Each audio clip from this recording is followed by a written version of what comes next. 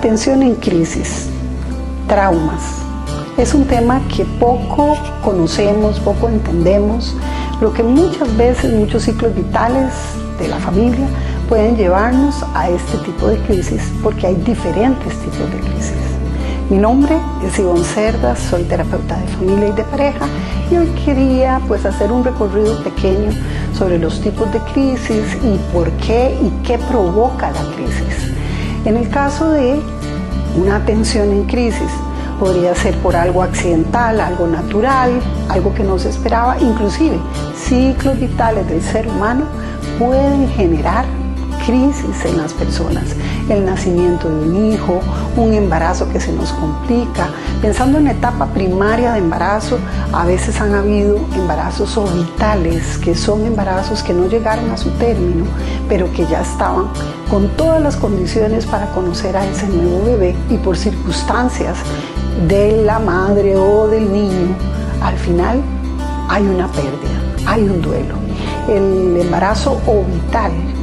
cuando se pierde el hijo ya casi al término, ya la familia lo esperaba, ya tenían su baby shower, ya sabían su género, ya tenían su nombre, había muchas cosas que la familia se había preparado para recibir ese nuevo miembro, y cuando aparece un deceso, una complicación en el parto, inclusive antes del parto, he conocido personas que antes del parto han tenido una pérdida y han tenido que pasar situaciones de muchísimo dolor. Hay pocas clínicas y hospitales que tienen grupos de apoyo para madres que han vivido una crisis de atención que viene a ser traumático para una mamá que esperaba a su bebé y que luego llega nuevamente al hogar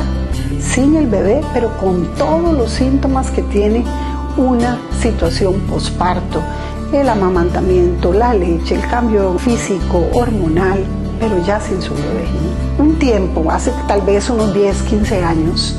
no se habían hecho programas para trabajar las muertes orbitales en bebés y en los padres que padecen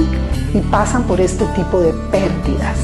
Una pérdida importante no esperada se convierte en una crisis, y esa crisis necesita atención, porque por ejemplo una mamá que pierde un bebé inesperadamente antes de nacer o habiendo nacido, que sería otra pérdida, otra atención en crisis por un accidente, por una situación de que algo pasó en ese niño de 3, 4, 5, 6 años, también viene a generar a veces traumas en la situación, porque depende de cómo fue ese deceso, va a traer en las personas muchas alertas que van a desequilibrar no solo su estado emocional, su estado físico y su estado mental y relacional, porque traen dolor, porque pasa a ser una pérdida significativa de un hijo. Pero pensando en las atenciones en crisis, pienso también en situaciones naturales. Por ejemplo, un incendio en una propiedad genera un montón de alertas, desequilibrio de la cotidianidad del hogar, y esto en los miembros del sistema va a producir también alteraciones psicológicas, emocionales y físicas, porque fue algo inesperado. Si hablamos del concepto de crisis, viene a ser todo desequilibrio que sufre un grupo o una persona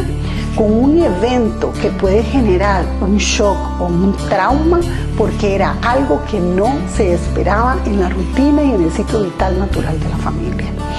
Cuando hablamos de un incendio, podemos hablar de una inundación, podemos hablar de crisis, atenciones en crisis por situaciones naturales y atenciones en crisis por situaciones personales o familiares, pero que al final rompen el equilibrio de la vida de las personas. Todas estas situaciones, como generan demasiado cambio, en el caso de los procesos mentales, necesitan una red de apoyo. En el momento del shock, por ejemplo, un accidente automovilístico, donde pierden la vida varios miembros, donde pierde la vida un esposo, una esposa, un hijo, genera cambios que van a traer en las personas mucho trauma, mucho dolor emocional, y se necesita poder tener una red de apoyo primaria, salud,